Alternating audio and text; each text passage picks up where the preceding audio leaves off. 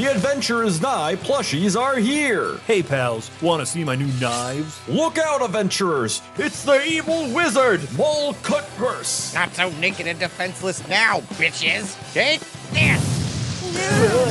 He's tough, but we can beat him with the power of friendship. And violence! Each comes with their own weapon with action magnets in their weapon in hand for action-holding power! Mull this over. Oh, Victor, my trusty henchman. I need help. Wait, I don't have a henchman. But you do have a shit perception score. Crikey. Adventure is Nigh plushies with action magnetic weapons, each sold separately or as a bundle from Second Wind. No assembly required, batteries are pointless, must be 21 or older to purchase a drink from Buka. Adventure is Nigh plushies do not move on their own. If they do, call a priest. Ask your parents' permission before nothing. You're a grown-ass adult who can make their own decisions. The Adventure is Nigh Club is not responsible for any injuries sustained while adventuring. Now we're here. Hey everybody, welcome to RPG Help Desk. Once again. Yep, that's hey Lodi Lucas Coon. Yep, that's me playing the banjo every week. You can ask Kenzie. I was over here. That was definitely the music you heard. It was me live playing the banjo every week. Not really.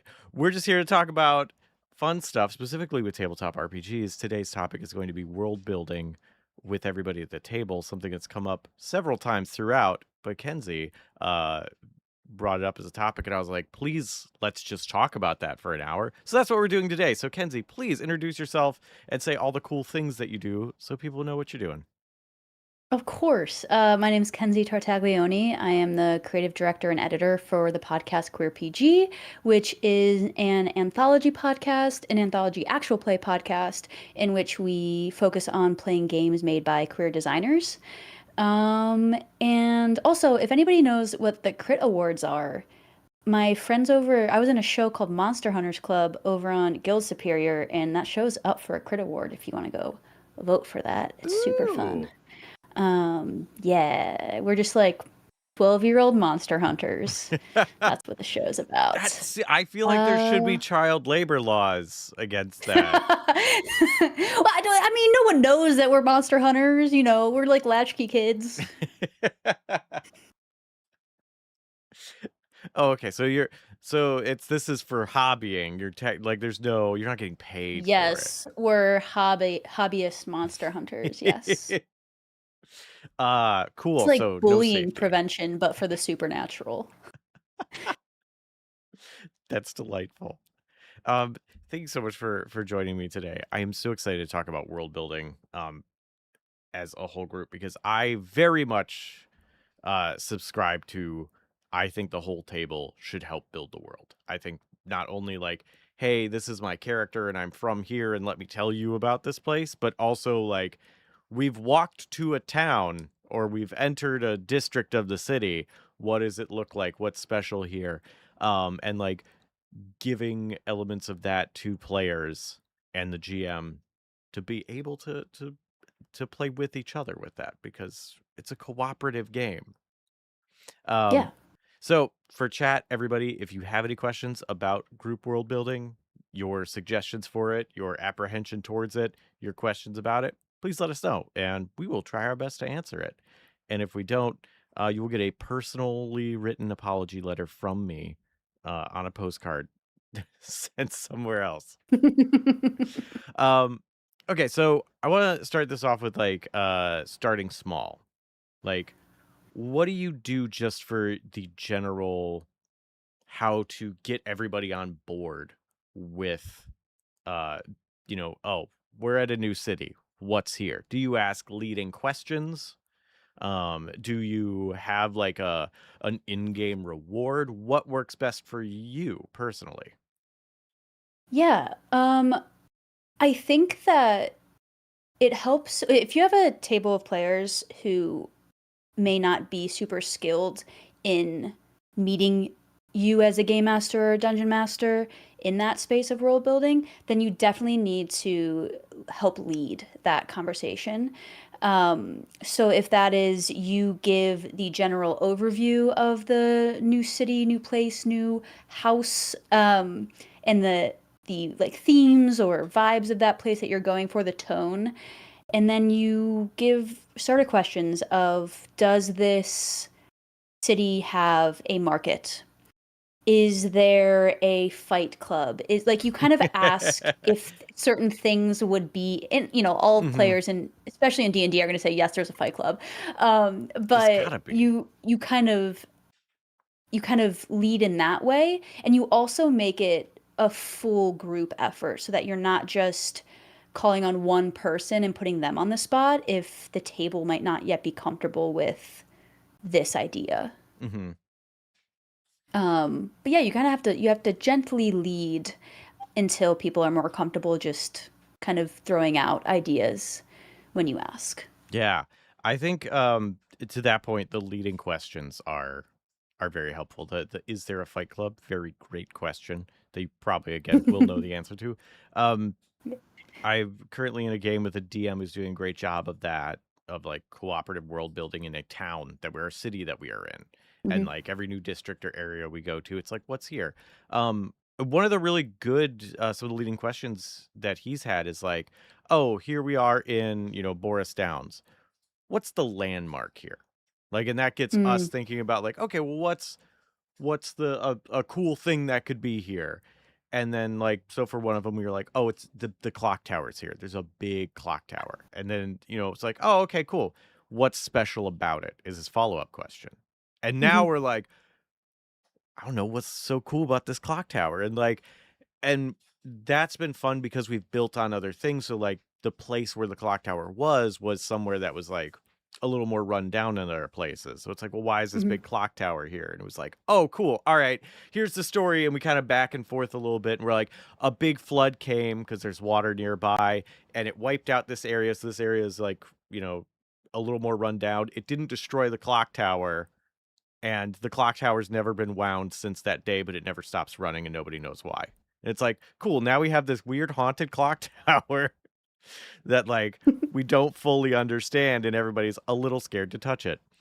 Uh And you asked about like if you reward the players in game, and I mean mhm. that's totally up to the GM. But honestly, the players giving you that information and then you bringing it back to haunt them is their reward. It's very true. And I just like it's just adding to the story building and the collaborative storytelling because we all understand that tabletop role playing games are collaborative storytelling, but you can go a step further into collaborative world building, which is what we're discussing. And then it's just a circle, just goes right back into what you already know how to do.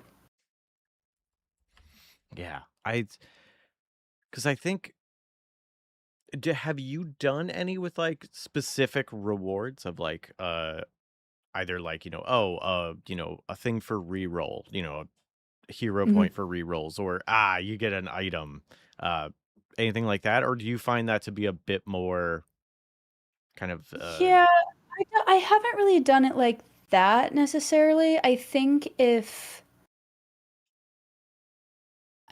the farthest I've gone is like maybe advantage on a check about the thing that you've created.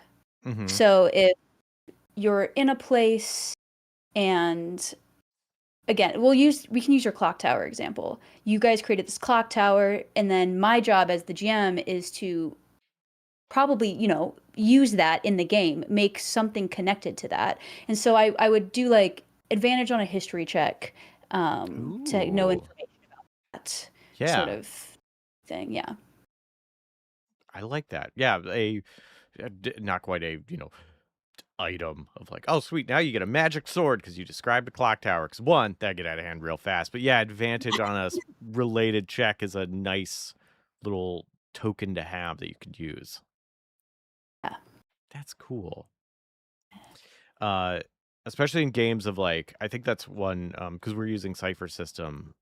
Games that have like XP as a um spendable resource.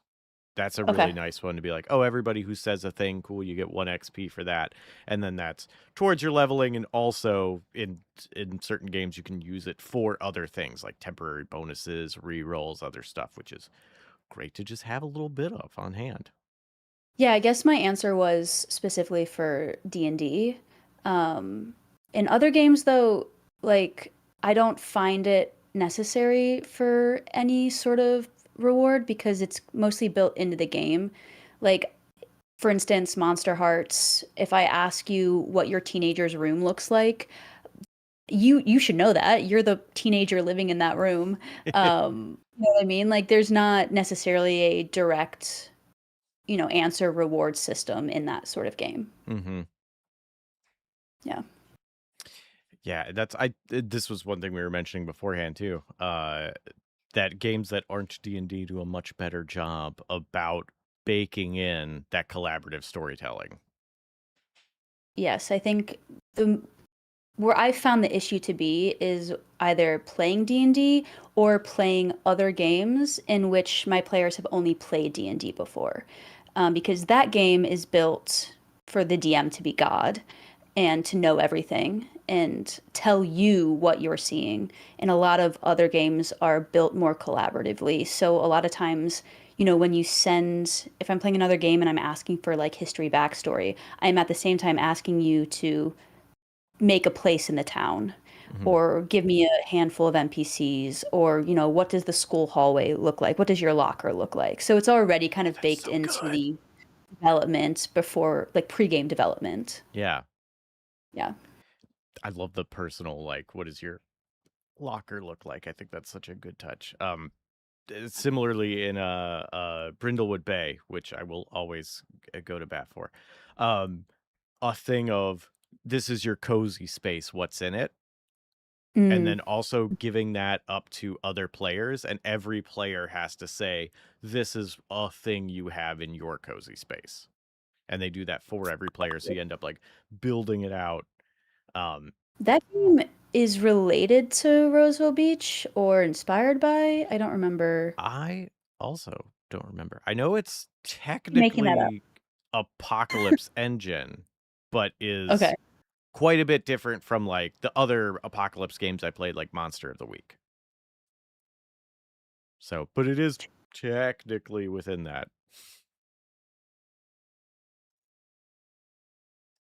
I'm very curious, how do you personally deal with sounds bad. How do you incorporate things from a character's backstory into world building and like introducing it both as like, oh, here's something I want to do, and being able to continuously kind of bring stuff up and like shape the world towards that, or giving them the space to shape the world because of those things? So I have grown a lot in my game mastering since I began, as I hope many people who are game masters do. Hopefully. And so at the very beginning, I would like ask for a backstory, and then that would be just like the character arc that the characters would go on. Hmm. But now, as I'm getting more, I've become more knowledgeable about it. Um, Oftentimes, I let the character backstories that I'm given completely write the story that we're telling, rather than creating a story, creating a big bad, having that, and then having characters meet that, like meet my plot. I Hmm. have the character backstories create the plot. Um, I found it super helpful. Again, I've been running a long time home D&D game, and we've had players who have decided that they want to change characters. And so what has been super interesting is watch them create characters in the world that are part of groups that we've met or Oh, are family friend relationships of other players, and see how they connect the dots of what makes a better character as well, as we go forward in playing the game. Because a lot of times, my first D&D character was a runaway princess ranger. Like that's everyone's first D&D character. yeah, You know what I mean? absolutely. I loved my Runaway Princess Ranger. Yeah. But I think it also it's like, yeah, you can take what I've made, but then you get to, for instance, in my home game, there is the Cult of the Dragon, which is like a Tiamat related cult, and the party ran into them a couple times. They watched a couple kids get kidnapped by them, and then one of the players was like, "What if I get a new player and they're in that cult?" And I was like, "Great, you get to decide what that cult is like, though, because we've never been in Ooh. there, so Yeah, you get to make a cult." And so they did that. And that was a big part of not only their backstory, but the world now that's really in the cool. game. All right. how do you, when you have all these different things, and like I'm also curious about chat people doing this too, like when introducing a bunch of people who allow their characters to like influence the world and letting players build the world, what do you do to help keep it cohesive? So it's not Hmm. necessarily, some games you can be fine with like, yes, and these are the space pirates and they show up when we need to and we don't worry about their antimatter weapons affecting the technology level of the world. But like not everybody's into that sort of loose interpretation of that. So what do you do to help keep cohesion? I'm going to say something that some players out there might not like. Okay. You shouldn't actively try to completely derail what your GM has set up for you. Fair. Because you are then, if we're talking about improv, that's no. That's saying no. That's Mm, not yes anding. That's no butting. That is not, that's just saying no, hands down. And you have, or you should have, worked with your GM to kind of create what they are now handing to you and take it. You are storytelling together. Your GM is also a player at the table. Um, you and I don't mean that like you can't be funny, do bits, goof off, have oh, fun. good, I because just that's mean all I like do. if your GM is handing you a plot, take it. It's probably fun. It's probably interesting. It's probably something that has been set up as you've been playing that you're finally getting. Um, so I think that's just another thing where players also have the responsibility of taking what they're given as a story beat. Hmm. Um, and so I think that's number one. And then I think number two is that you should set the tone at your table. You should set the tone at the beginning of the game that you're playing. So oftentimes genre will help you do that, but it also depends on if you want a super funny murder hobo fantasy game, then you set that tone. You're going to be off the rails all the time, but that's kind of the point of the game, and you all know it. Hmm. If you want a Game of Thrones style fantasy, then it's going to be serious and it's going to be dark and it's going to be politically motivated. And so, space pirates randomly don't really belong in that game, and the whole table will know that. Um, Yeah. so I think it's just, again, it's just all part of the collaboration that everybody understands the tone and the story you're telling and should take care because you all are giving time to do this together. Hmm. And it should matter to you. Agree. I think the tone thing very important, and like one of the another reason of why session 0 is so important, because if you are doing the Yes. Game of Thrones style game, yeah, the fantasy space pirates absolutely work in this other tone, but not in this one. And that Yeah. you spent so much time on your wonderful pirate space backstory that you can't use now. Um, Hmm.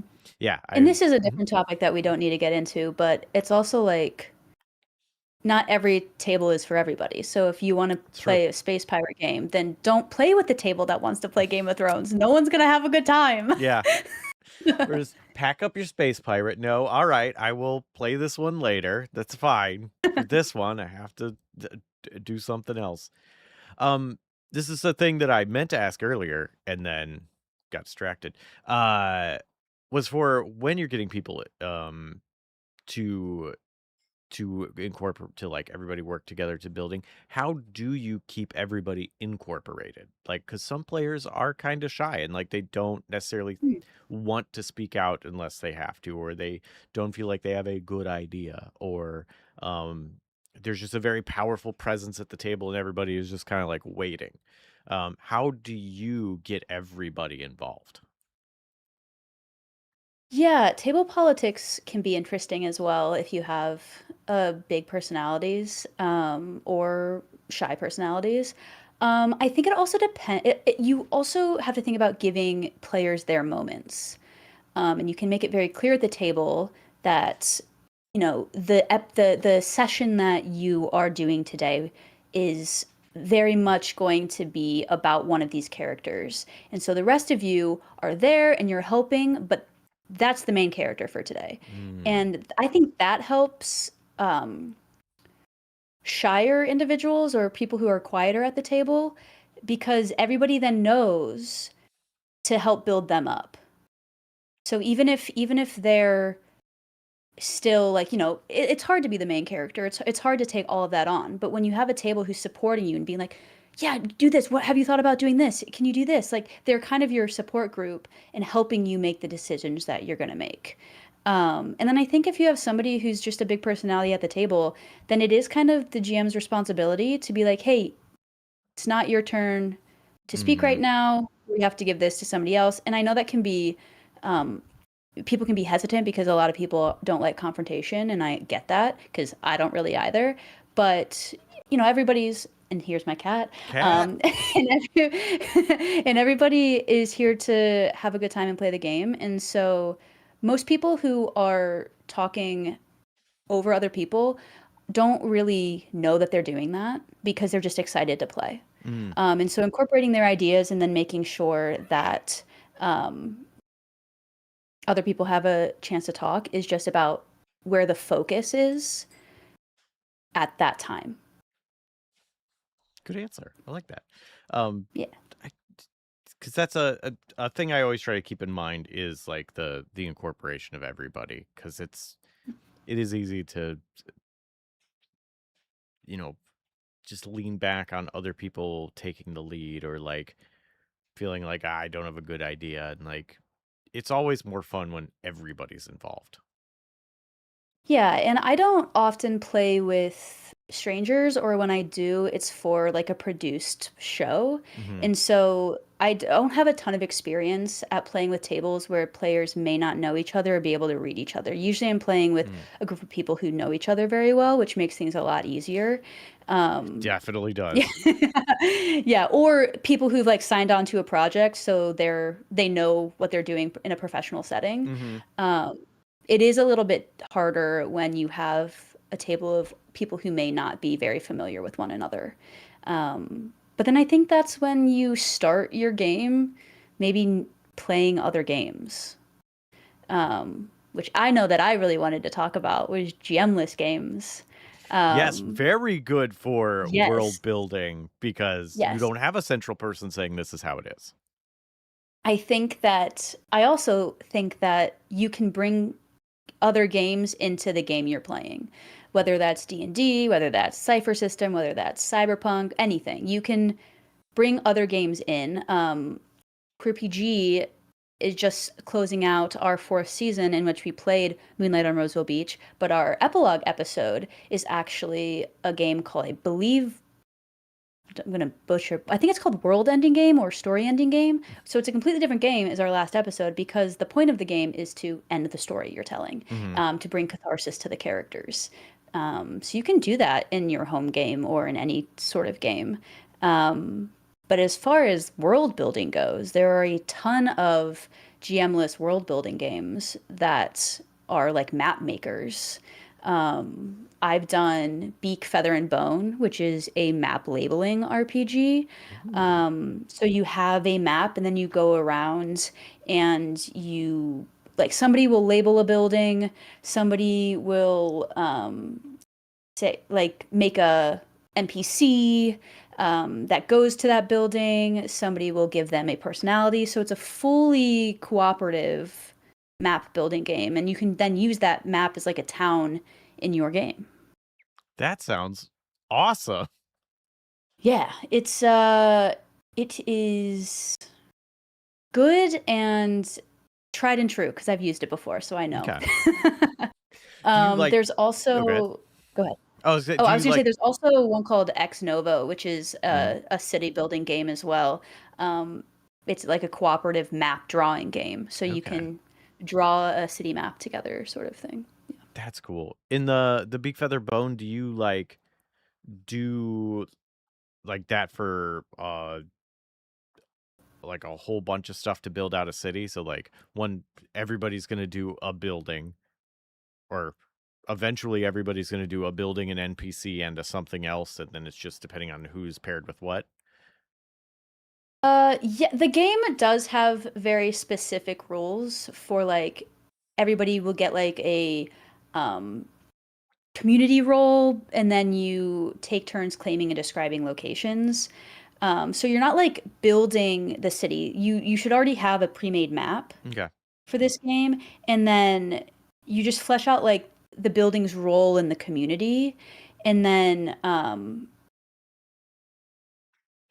yeah, and then like as the buildings are mapped out, everybody then goes around and like makes NPCs. So everybody's making like choosing what a building is. Everyone's choosing like NPCs connected to the buildings. So it's just like you kind of take turns. Cool. Are Yeah. there what are some of the best mechanics from those GM-less games that you've had? I mean, you just mentioned one Yeah. that you can use I mean, elsewhere. that's the thing, like they're not really focused on mechanics Mm-hmm. because especially these like map building games, they're focused on creation. Turn taking creation is kind of what it's focused on. So I'm sure that like the game designers would love you to play the game as they have written it, but you are doing whatever you like to at your table, and you can take them and use from them what works best for you. Um, for instance, like Ex Novo is like you design a city by phase. So like you start with the founding, you go into its development phase, and you go into like the final phase of when it is complete. And so Ooh. like there are different like ways. I think the games you should pick it based on how you want to world build. Okay. Because the mechanics are different in each of the games. There's not like an overriding one that all of them use. Mm-hmm. Outside of the fact that everyone is working together to do for one goal without somebody being in charge. Okay. Are there GM-less games you just recommend because they're great? I'm asking both for myself because I know like one, and also because other people might. Yeah,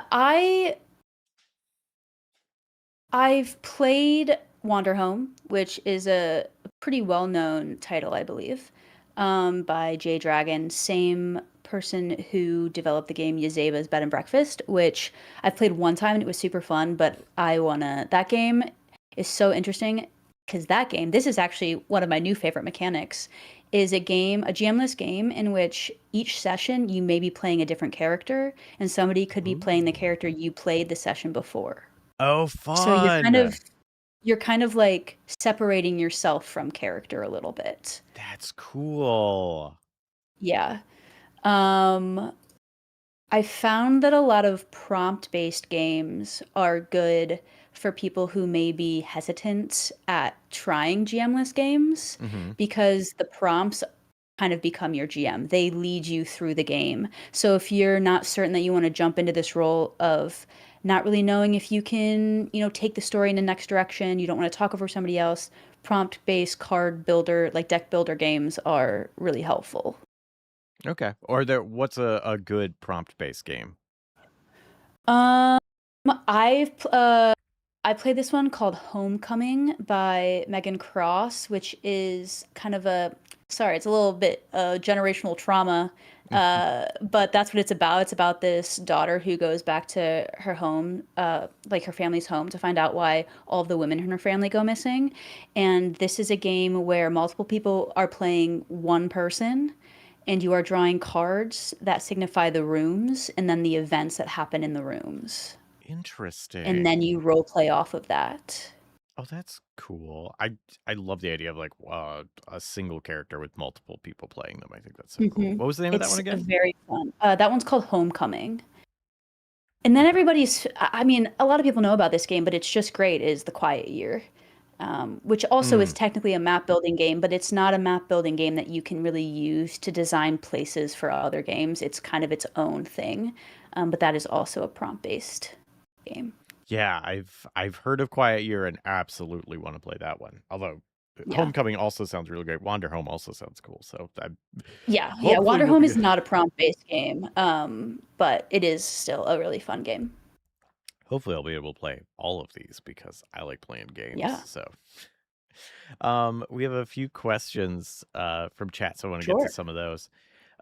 Discordia saying, "Are you familiar with TTRPGs which encourage the players to answer set questions slash describe acts and storyteller characters to help build out the world? Examples: Chronicle of Darkness, Vampire the Requiem, Changeling the Lost. Have you used them before? If so, how did that work out for you? Have you played any of the World of Darkness games?" I have not. Oh, okay. I have not. I am a So I'm fan. unfamiliar with those. Okay. Have you played But any games? Oh, go ahead. no, go ahead. I was just Ask me gonna the say, question. I think I was going to ask the question you were about to answer, which is, have you played other games that have used that sort of thing of having questions and descriptions specifically for characters to start building out the world with the DM? The only game that I have used is Decuma, which is Okay. a tarot-based game. Ooh. But it is you draw cards, and some of them can be like relationship building, some of them can be event building, some of them can be world building. I have the deck in another room, so I don't have it right here with me. But I don't know if that's exactly what is being asked in this question, but that's kind of the only game I can think of that might be in this similar style that I have experience with. Discordia, you may have you can offer some direct things if you want to answer the question, because I played World of Darkness and I feel like possibly every time, and probably because I was playing with people who were all very familiar with each other and playing, that we didn't do a lot of the backstory question stuff where we would just be like, Mm, here's a character, let's go, and we were just too excited to play. yeah. There's But a yeah. lot of games that have like the player sheet or like, your class or your skin or, Mhm. just the type of character you're playing. A lot of games will have specific questions for you to answer, prompt you into making a certain backstory or certain relationships. And I think those are kind of interesting to use as well. Yeah, I love that style of stuff. Another big one I like, and I feel like this I see more with characters, but I think it could be done with world building, is like naming, you know, several NPCs that are a part of your life. Like Hmm. name 3 people that, are just part of your friendship, your rivalries, your work buddies, whatever. Um Doing that with locations. Like Yeah, where you can be like, your hometown, what is I mean, this is a little bit in the weeds, but your hometown, what is their biggest export? You tell me. What are they known Oh for? yeah. What's the landmark in your hometown? Um, yeah, you can kind of expand upon the NPC questions and make them location questions. Yeah, I think that's incredibly helpful and like really useful, and I don't know, super cool. Discordia giving some clarification, saying Vampire the Requiem has 12 questions called Climbing the Ladder, which ask things like, what is the worst thing you've done? Which, as a vampire, great question to ask. And Changing the Lost has 7 acts about parts of your life, such as how did you escape Arcadia? Who was the first meaningful person you met once you were back? Yeah, I love those kinds of questions. Yeah. I haven't used them directly with the World of Darkness stuff, but like I think those are so helpful. And I There's Mhm. a thing that I've never done before, but as a player in games, I've had DMs do this where they've created a character questionnaire for themselves, which is what they want to know about your character. Mhm. So it can go in like what are your fears? Yeah, anything from like as deep as what are your fears to what's your favorite food. Yeah. To get you thinking about your characters, and I think having a location questionnaire can be the same thing. But yeah, I think any sort of question, in-depth question is such that you can provide your players with in order for them to be more engaged in the world you're building than the story you're building is super helpful because engaging as early as session 0 is super important to stay engaged throughout the campaign. Yeah, I agree. And I think easy to incorporate those in locations as well, and like getting that. Also, Yeah. I love the idea of what's your what's the main export of this place you're from? Yeah. Because I think that tells a lot. Yeah. I also think that like this, depending on what story, sometimes DMs come in with a story, they pitch the story. If people want to play that game, then that's great. But one of my other things is like, what is the religion you follow? Do Yeah. you follow a religion? And then give your character or your players the ability to create the theology in the world. So if maybe they'll create a monotheistic society, and that doesn't mean that somewhere else has to be the same thing as them, but it just gives them a way to further connect and be responsible for the world at large. Yep. So yeah, I guess the answer to that is yeah, we've used stuff like that and they're great. Yeah, you should I, use them. yeah, I Anything that's helpful, honestly, anything that helps, use it. yeah. I think that's a good tool of like, yes, I've used this from World of Darkness and now I'm playing Pathfinder and I'm just going to give all these questions to my players because I want them to Mhm. be thinking about these things. Yeah, absolutely. But same as you were saying earlier of taking other games to play other games and just kind of taking this part and put it here, very helpful. Especially Yeah. things like that that aren't mechanically based, Mhm. where yeah, okay, you talk about your backstory. That's cool. You don't have to be like, "Oh, well this should give you a plus 10 dice to your pool, but we're not using a pool set." Like, no, whatever, it's fine. It's just vibes at this There's point. also a thing that I think is super helpful, like in a game. Mhm. Maybe you're in the middle of a campaign and you want to try to do this sort of thing. Um, it also will kind of requires GMs who can be a little anal and want to hold on to everything very tightly. You do gotta let go a little bit. Mhm. And if your player wants to out of the blue tell a story about their childhood that they didn't run by you, let them. Let them. If in that story they create some, magical fruit tree that exists somewhere, why not? Why not? Say yes. Have it. Like, that's fun. They've just given you something else to work with. Yeah. If they want to talk about their 3 wives in the kobold community somewhere far, far away, who are you to say no? Yeah, let them have their 3 kobold wives. Come on. Um, it just like it just makes them feel, number one, like they are, what's the word I'm looking for? Invested. Yeah, yes, invested. It feels like they're giving more, Mhm. and it also usually comes from a place of true engagement and excitement, and saying no, that doesn't exist, shuts that down, and then they're not going to want to do it again. Yeah. Now, again, we've talked about the tone of the game, so if somebody goes, and then I was on a different planet, and you're like, well, that doesn't really fit. That's a little bit of a different story. But Mhm. normally, no one is trying to break the story that you're telling so much that they'll do that. So, Yeah. Um, I think that's all I have to say about it too. So, hey, yeah. Discordia, if that answers your question, let us know. And if not, we'll try again. Um, but yeah, I think those are super fantastic things to use. And they always, this is okay.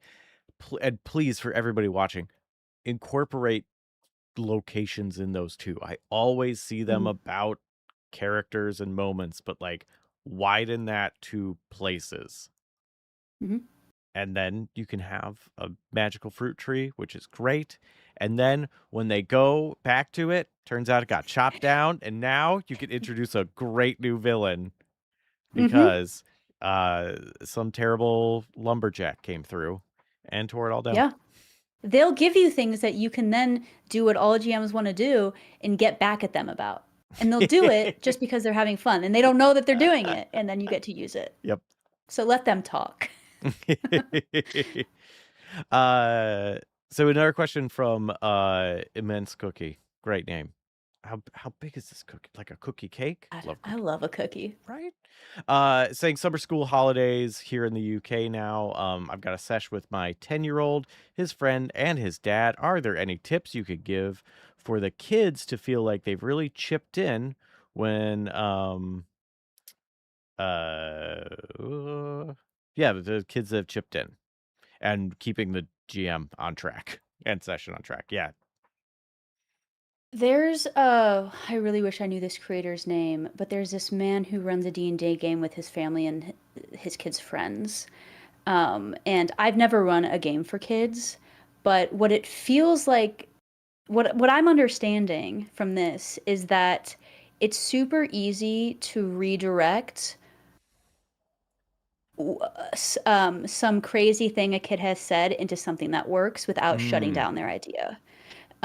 So I think I watched a specific clip where this kid wanted to like turn into a cow, and his mom was like, well, a cow's pretty big and we're trying to be stealthy in the woods. So like what are other woodland creatures that you think might be better than a cow? And it's just like don't tell the kid he can't turn into an animal. Just maybe redirect so it works better for the game. And that not only will make everybody else at the table a little bit happier than there being unless everybody's like, let there be a cow in the woods, then let there be a cow in the woods.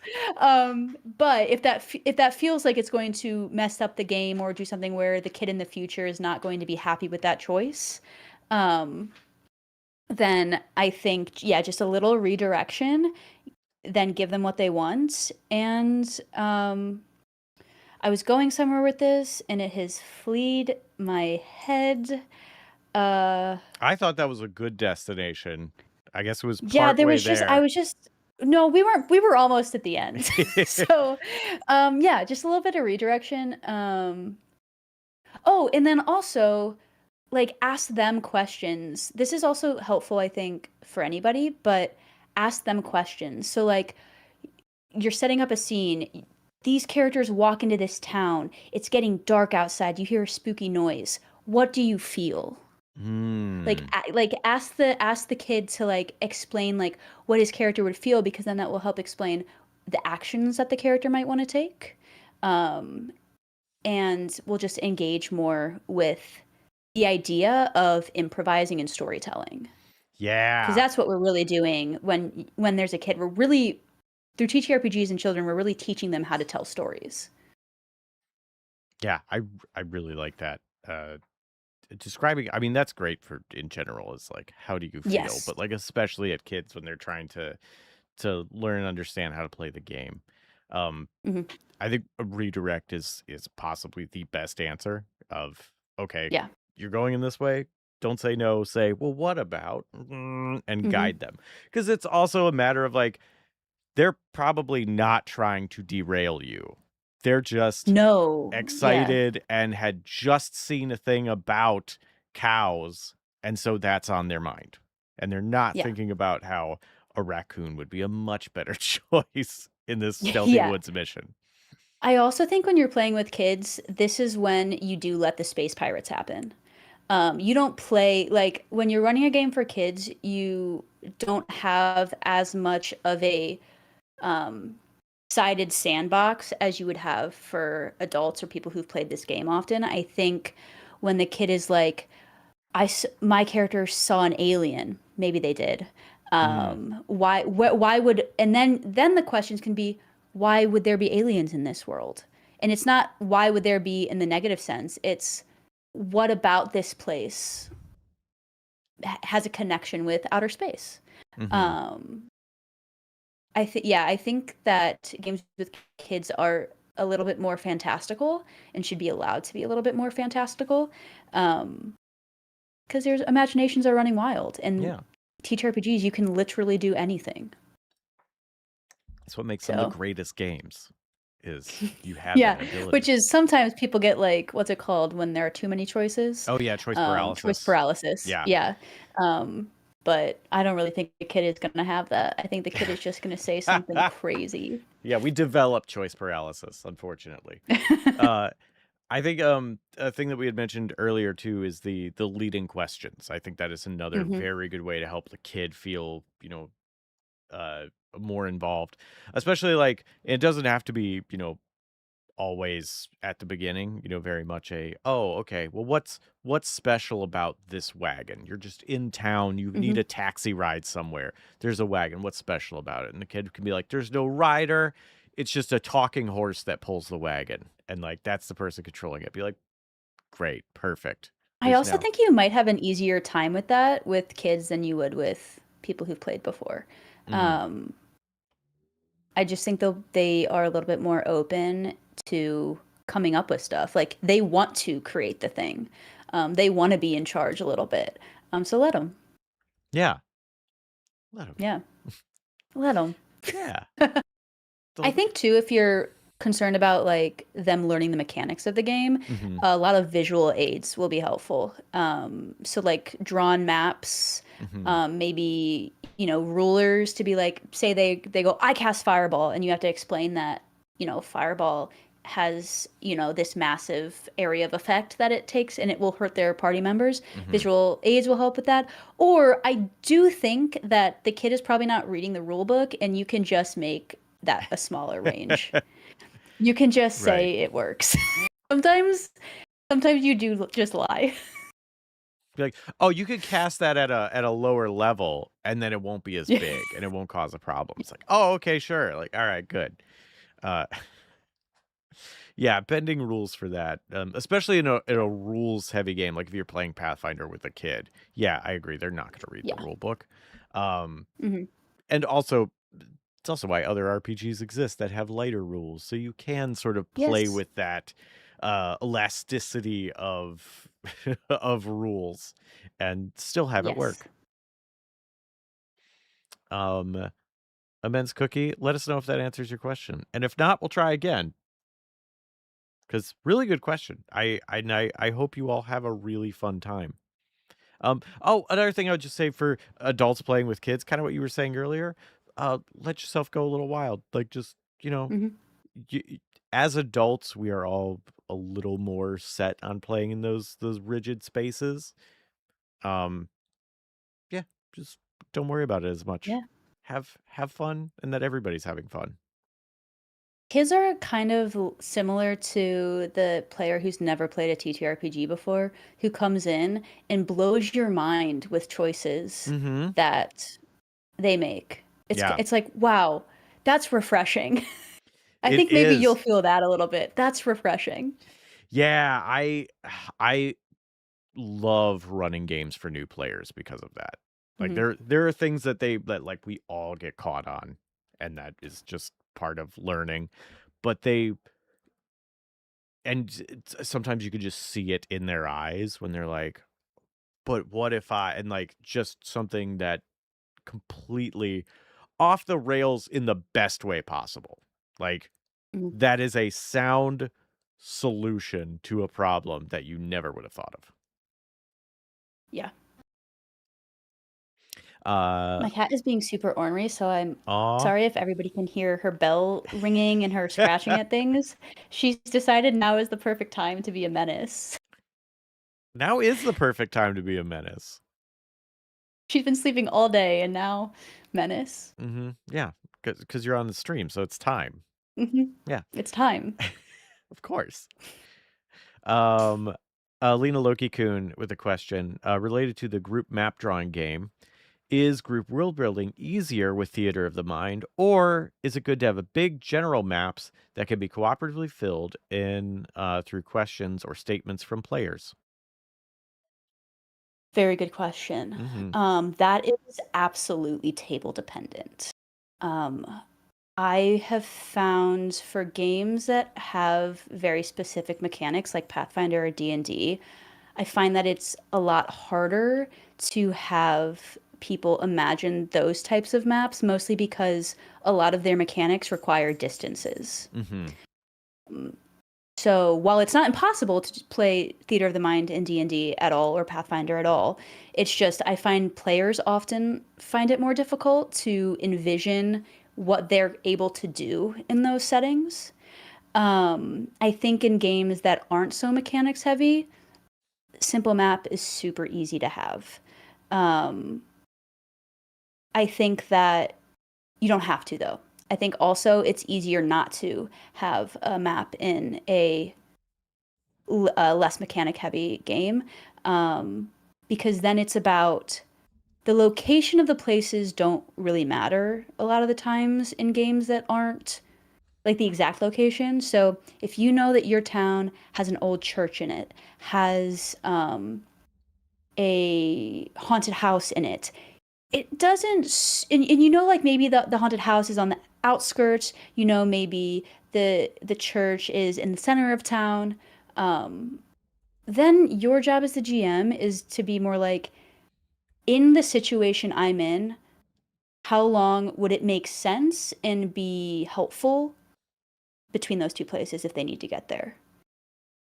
And you can change that depending on what the event is, because sometimes people walk faster, or they're running, or they're on bikes, or they're in a car. And so the distances don't need to be exact. And so you can definitely theater of mind a town with a group of people in collaborative world building. Yeah, I think that was the question. I think I answered it. I didn't go just on a rant, but I might have. No, I think there's an answer in there. Totally. Yeah. I The answer uh-huh. is it depends on your table, Uh-huh. but you should be able to theater of mind easily. I think I would say a map is, if it's like a one-off place, like, oh, we went to the church of the Pizza Hut, and it's like, okay, we don't need a whole map, but we probably don't have to mark this on the world map either, unless it's Yeah. very plot dependent. But so that, I think you're fine. It's whatever. I do think if it helps to have a not to scale, don't worry about distances. We just need to keep a record of important things. Map. Yeah. I think that map is important, because I will forget that we went to the cult of the Pizza Hut, and that Very true. we found the skull of Vethuselax, the ancient one there, and like that those are two important things that I, as a player, do need to remember, and having those marked on a map is very helpful. And this map can be like boxes. Like, it doesn't have to be this super in-depth construction of a map. Yeah. I think also, I think if it works for your players, you can just have like bullet points too. You can be like, this is a place we went to. It's here. We went to it because of this. This is the event that happened there.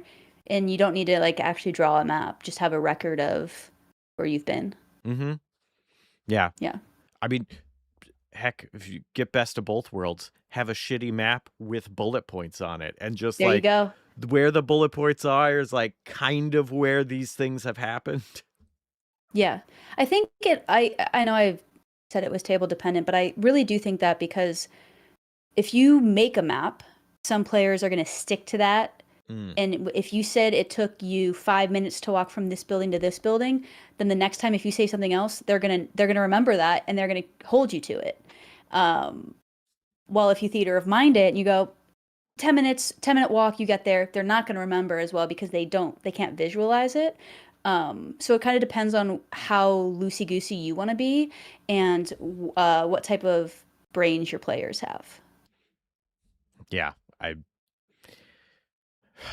those are the hardest players for me, because that's not at all how I operate.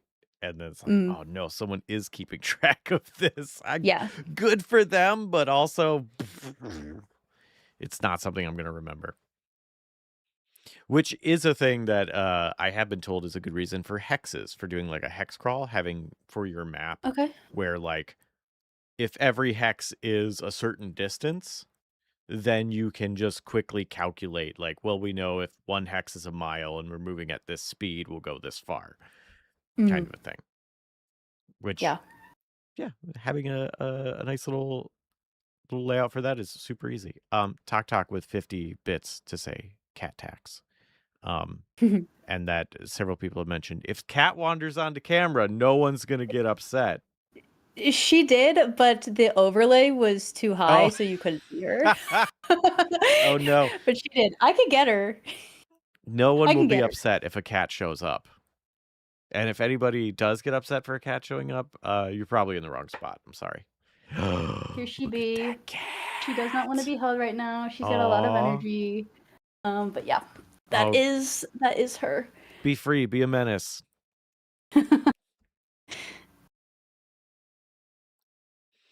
There's Um, my cat. Her name is Cleo. She is the love of my life. aw, adorable. I think that answered the question. I don't know unless you have anything more to add to that one. No, Okay. Well then, there's our answers for it, Lena Loki-kun. If that answers your question, awesome. And if it doesn't, let us know and we'll try again. And then ooh, okay. And Chill Penguin with a question, saying finally caught one of these live. Hey, I'm so glad. Thanks for coming. woo! Um, any advice for getting people involved in session 0 or any good exercises to prompt players interested in the world? Like X makes a god, Y makes an organization, Z makes a historical figure. That's already great. Like you've already kind of come up with something that could work. Um, I think I'm a big proponent of multiple session zeros. Mm, Um, and I think each of them should kind of have a purpose. So, for instance, first session zero, if you're playing with people you don't know, introductions. Also, that's when you kind of set the tone that if you're bringing a game to players, then that is when you can kind of describe the summary, the tone, and if you are interested in giving content warnings, anything like that, that's kind of when you do that. Give them an idea of what your expectations are and what they are allowed to bring and should bring to the table. And then um, second session zero can be where they bring you their characters and they tell you this, this, and this. I think if you aren't bringing a game like a pre-made game to the players, then the first session zero kind of stays the same. You all decide on what the tone of the game is going to be. You all mm, decide on what the genre of the game is going to be. And then you can maybe start character discussion then as well. But I think a lot of times what I've found is if you are talking about tone and genre, you also are kind of talking about setting. So a lot of times location building comes before character building even, um, which is super fun and already shows engagement in a session zero. Um, I think I think there's like an actual book about session zero. It might be called session zero. If you need tips or tricks, the tarot game I mentioned called Dekuma would be a mm-hmm. great session zero game to play. Help building backstories. Um, yeah, I guess if people are interested in playing your game, I don't see why they wouldn't be ready and engaged for a session zero to begin with. But um, Yeah, yeah, I think so. That's yeah, really good. I will talk every day about session 0 and how useful it is and how like everything about it is incredibly helpful. Um, I yeah. think I guess like okay. if somebody doesn't seem interested in the world or the story you want to tell, they Mm, probably shouldn't play the game with you. Is my like if you've if you've pitched and you've all worked together and there's still somebody who you can't quite get to like give you what you want or who seems involved as everybody else is, then you're probably going to run into continual problems down the line with that mm, person, and it would probably be best to have a conversation that's just like, hey, I don't know if we're on the same page about this. I'm not sure this is the right fit. Because if somebody wants to play the game, then you shouldn't have to fight for their engagement. mm-hmm. Yeah, and talking to them is great because it might be a matter of like them just being like, "Oh, I didn't know how to interact with the world." Because that's a thing, especially Mhm. coming from a lot of players that have a long history in video games, is that Mm. they are expecting all of these guardrails and limitations that aren't there, but they are treating them as if they are there. Where it's like, well, yeah, we can't talk down the dragon because it's a boss fight. I can see the health bar, like things like that. And that, yeah, sometimes it is just a conversation that can Mhm. and help shape how they think of it and be able to then be able to engage with it in a different way. How much yellow paint should you put on your map? Yeah, sometimes you need a lot. It's okay. It's there for a reason. Um, I think for advice on getting people involved, I do actually really like Chill Penguin. You're mentioning X makes a god, Y makes an organization, Z makes a Yeah. historical figure, and then saying, like easy bullet points are like a 200 character limit of like, something, just make this thing. It's like, oh, where are they located? What's a cool thing? And just fun to share. I think I also, additional. this Oh, is go ahead. something No, go ahead. no, No, you finish first. your thought. Okay. Okay. I was just gonna say, Nope. I'm stopping. You go for it. I'll finish my thought after. there must be like a second delay. Mm-hmm. um, I was just gonna say another thing I do. I really love in-depth backstories. So, there are some players who aren't really interested in giving that to you, which, everyone is different. But usually how I run a game is I ask my player to send me a backstory. If it's like Pathfinder D&D vibes, then it's like, I want your backstory from like birth until now. I want all of it. I want to know everything about it. And then what I do is I take that and I insert in the world stuff that they may not know, and or take what they've put, if it doesn't clash with anything that we've already made in the game, Mm-hmm. and put it in the game. So if somebody's like, I want to be from a town that's like this, if a town like that already exists in the world that we've made, Mm-hmm. then I'll give them that town. If it doesn't, then we make that town and we put that town in the world. Yeah. Which again, you don't need pages on pages of backstory to do that. It's just what I like. So you can just be like, hey, what's the vibe of where you're from? And then figure it out that way. Yep. Yeah. Totally agree with that.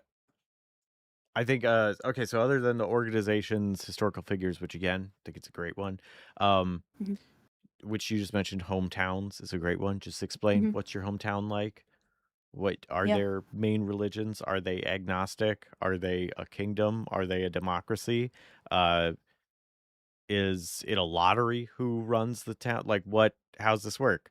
Um I think rivals of the hometown is also really good. And that could be anything Mhm. from a cult that wants to destroy them for whatever reason to we hate West Ham because of their football team. That's a great rivalry and also low stakes. Mhm. A place made up of expats of this place, or just somewhere that has like conflicting views or something, just they're a friendly rivalry, something like New York, New Jersey, where it's like, they're gonna just shit talk at each other. Like that's really cool for a thing, is the rivals of it. I think a great one is NPCs and their relationship to both the character and the locations. So like, who is this person is the mayor of this town and we grew up together. Like a thing that, Yeah. allows you to kind of build stuff like that. I think NPCs are a great one. Um and I think another one for Somebody has go ahead. put in the chat, somebody said that they've used the game Microscope. TA Sagent 2 said that the Yeah. game Microscope, which I haven't used, but I've heard great things about it, to collaboratively build the world before you play the game. So that's another game with Beak, Feather, and Bone and Ex Novo For the amount of to time add to your Microscope list. has been brought up in RPG Help Desk, I am now legally have to play it. Yeah, you It is. have to get it now. Yeah. Mhm. Yeah, because it has come up multiple times as a a reference that people have used. Oh, and then one other one for locations, uh, for your players is, what is a place that they want to go but have never been, and that could That's be very good. a physical location, like I want to go to Scotland to see Loch Ness. That is a place I want to. But it could also be like, oh, I want to go to Dragon Con. Like that is Mhm. an event that I want to go to. Now, awesome. Your player has built something that they want to see in the world. You know what else? As we've been talking, I feel like this is also helpful. This isn't saying that you can't have secrets as a DM, you can't surprise your players, but it is also super helpful in session zeros to ask the players what they want their arc to be. Mm-hmm. Like, Yes. where do you want to be at the end of this story? Mm-hmm. Which is less world building, more storytelling. But I think that's another way to get players engaged because then they're thinking about it. They have a action to bring to the table. Mm-hmm. And I think a lot of times people at the beginning of games may, especially games that are going to be like long campaigns, feel a little bit like, where do we begin? Well, if you know where you want to end, then you know what your first step has to be. Mm-hmm. Yeah. And I think that's a super helpful question to ask during a session zero as well. I totally agree. Discordia also bringing up Chronicles of Darkness aspirations is a thing. I think it's similar to that. Um, the Cipher system also has a literal thing called story arc, and you spend 1 XP to start a new story arc, and you have like multiple goals within it, and then the climax of the story arc, and your goal is to try to hit those points, and every time you hit one, you get an XP. Mm-hmm. Very rewarding. There you You go. want to advance your character in that way. And then you can Yeah, spend and these XP to things get don't more. have to like, you're not cemented into any of these choices, Mhm. but it's helpful to begin. Yeah. Yeah. It's any other points on that one? Or No. cool. Then Chill Penguin, I hope that answers your question. If not, let us know. We'll try again. Deep's bringing up a thing about the NPCs saying you can also get the opposite with video game players, where the things they aren't expecting but are there, like NPC sentience. Yeah. We're like, what do you mean this person is now upset with me? There's not just a guy there on this corner of the street asking you to go find blueberries for him. Right. And no matter what you do, he'll just be like, did you find my blueberries? Like, the house is on fire and Yeah. it's your fault. Yep. Yeah, I have had to teach some players about cause and effect, and that the world is living Mhm. around them.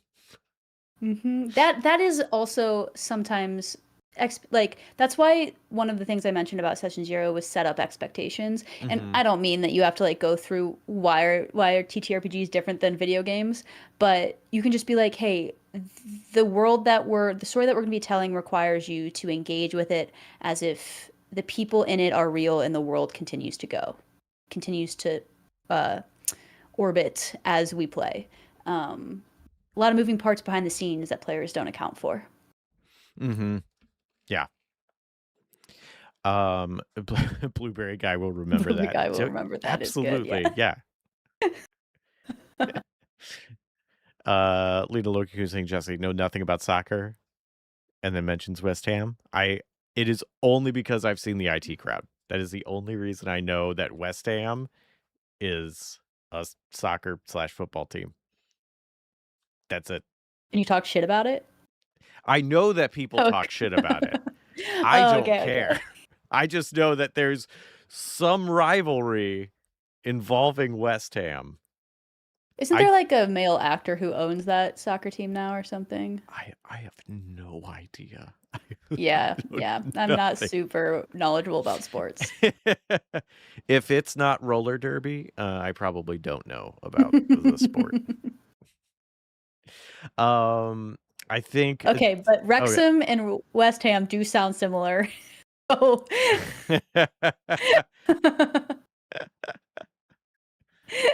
Oh, Ryan Reynolds? Yeah, I knew it was some dude.